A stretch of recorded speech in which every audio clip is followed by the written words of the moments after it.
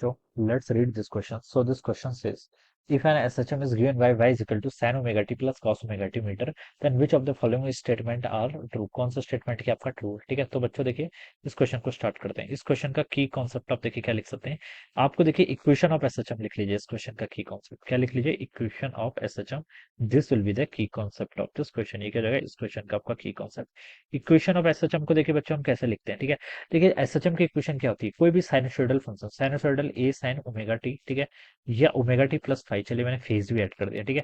ये आपकी एसएचएम की इक्वेशन होती है, ठीक है। सिंपल हार्मोनिक मोशन कर रहा है, साइनसोइडल फंक्शन है। अगर cos omega t plus five होता है वो भी ट्रू है, क्योंकि that is also a sinusoidal function, ठीक है। तो ये आपके क्या हो जाते हैं? ट्रू जाते हैं, ठीक है। अगर मैं ओमेगा को फाइव को इसमें पाई बाय टू कर दूंगा तो कॉस ही बन जाएगा, ठीक है।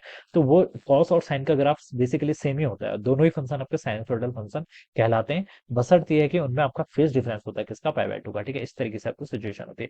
यहाँ पर देखिए आपको क्वेश्चन के अगर अगर मैं अकॉर्डिंग चलूं तो y इक्वल टू देखिए मुझे ऐसे गिवन कर रखा है, साइन ऑफ ओमेगा टी एक फंक्शन ये गिवन कर रखा है, प्लस आपका कॉस ऑफ ओमेगा टी, ठीक है। ऐसा लग रहा है ये दो आपके ये क्या, this is the superposition of two SHM, ठीक है। इसको सॉल्व देखिए कैसे कर सकते हैं आप ना, ऐसा करिए देखिए इस टाइप के क्वेश्चन सॉल्व करने के लिए। ये तो देखिए बहुत बेसिक है, ठीक है। ट्रिग्नोमेट्री में आप पढ़ चुके हैं इसको। इस तरीके के फंक्शन को देखिए हम कैसे रिप्रेजेंट कर सकते हैं, ठीक है। आप क्या कर लीजिए देखिए, वन ओवर रूट टू यहाँ पर ऐसे कर लीजिए, ठीक है। और यहाँ पर आपका sine omega t, one over root two आपने पीछे वाली साइड मल्टीप्लाई किया आगे, और अब वन बाय रूट टू आप यहाँ पर भी कर लीजिए, ठीक है। इतना हो जाएगा। वन बाय रूट टू मैंने अपने मन से दोनों साइड मल्टीप्लाई कर दिया, तो मैं इसको रूट टू को यहाँ पर क्या कर लेता हूँ बच्चों, ऐसे मल्टीप्लाई भी कर लेता हूँ, ठीक है।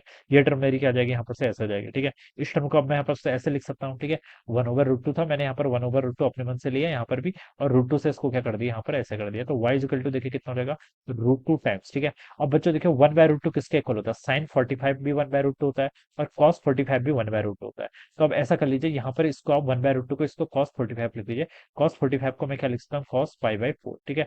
टाइम्स देखिए साइन ओमेगा, ठीक, इस टर्म को आप ऐसे रहने दीजिए, प्लस आपका यहाँ पर आपका वन बाय रूट टू है। इस वन बाय रूट टू को क्या लिख सकता हूँ मैं? ये भी अगेन साइन 45 के इक्वल होगा। तो साइन आपका कितना हो जाएगा? फाइव बाई फोर, टाइम्स कितना हो जाएगा यहाँ से आपका? Cos of omega T. ये टर्म यहाँ पर से ऐसे आ जाएगी, ठीक है। ये टर्म आपने यहाँ पर से ऐसे लिख ली। अब बच्चों देखिए इसको आप क्या लिख सकते हैं? Y equal to root two times, ये देखिए आपका cos x sine y plus sine x cos y. तो ये किसका फॉर्मूला है? साइन एक्स प्लस वाई का। तो आप इसको लिख लीजिए sine of omega t plus phi by four. ऐसे आप इसको यहाँ पर से लिख सकते हैं, ठीक है। तो ये टर्म आपकी यहाँ पर से ऐसे हो जाएगी। तो वाई इक्वल टू कितना हो गया? Root two times sine omega t plus phi by four. ये आपकी इक्वेशन आ गई। अब ये इक्वेशन देखिए आप इससे कंपेयर कर रही है तो बिल्कुल इससे क्या कर रही है? मैच कर रही है। तो अब आप इस इक्वेशन को इससे कंपेयर कर सकते हैं। देखिए ये आपके कंपोजिट फंक्शन थे, साइन ओमेगा टी भी आ रहा था और कॉस ओमेगा टी भी आ रहा था, ठीक है। हमने इसको सिंपली एक ऐसे फंक्शन में क्या कर लिया? इक्वेशन में कन्वर्ट कर लिया। यही हमारा एम था। अगर किसी के समझ में ऐसे नहीं है कि सर ये वन बाय रूट टू कैसे कर दिया, तो आप इसको एक दूसरे तरीके से भी कर सकते थे। साइन ओमेगा टी और यहाँ पर क्या था? Plus cos omega T. Cos omega T को हम sign omega t plus pi by two कर लेते हैं, ठीक है। वहां से भी हम इसको cos omega t plus pi by two कर लेते हैं। फिर हम वहां से साइन एक्स साइन वाई का जो फॉर्मूला होता है बच्चों, वो फॉर्मूला यूज कर लेते हैं, ठीक है। Sine x plus sine y का जो फॉर्मूला होता है वहां से यूज करके भी हम ये फंक्शन में आ जाते हैं, ठीक है। तो ऐसे कीजिए, दोनों से आपका आंसर तो सेम ही आना है, ठीक है। अब इससे देखिए इस इक्वेशन को कंपेयर करता हूँ, ठीक है। तो यहाँ पर से देखिए, अगर मैं यहाँ पर ए कितना है, यहाँ पर कंपेयर करने पे ए की वैल्यू आपको रूट टू के इक्वल मिल रही है। ए के आपका एम्पलीट्यूड, इसकी वैल्यू आपकी रूट टू मीटर के इक्वल आ गया। Omega t plus phi, phi कितना है यहाँ से? फाइव की वैल्यू यहाँ से पाई बाई फोर के इक्वल आ रही है, ऑलराइट। तो amplitude is one metre, option A में लिखा है तो ये तो रॉन्ग हो जाएगा। बी पे लिखा है amplitude is root two metre, तो ये ट्रू हो जाएगा। टाइम इज कंसिडर्ड, यानी कि जब time t is equal to zero put करेंगे तो यहाँ पर कितना हो जाएगा? तो रूट टू साइन टी की वैल्यू जीरो पुट करेंगे तो साइन कितना हो जाएगा यहाँ से? Pi by four. Sine pi by four कितना होता है? One by root two. One by root two into two करेंगे तो वन, यानी कि वाई इज इक्वल टू जब टाइम टाइम जीरो था तो वाई का आप था वन पर, तो सी वाला ऑप्शन ट्रू जाएगा।